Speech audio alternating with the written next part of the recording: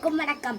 நாம் இப்ப பார்க்க போகிறது காமராஜர் திட்டங்கள். நம் அனைவராலும் பெருந்தலைவர் என்று அழைக்கப்படும் கர்ம வீரர் காமராஜர் அவர்கள் நம் தமிழ்நாட்டின் முதலமைச்சராக இருந்த போது அவரால் நம் தமிழ்நாட்டிற்கு கொண்டு வந்த உயர்ந்த திட்டங்களை பற்றி பார்ப்போம்.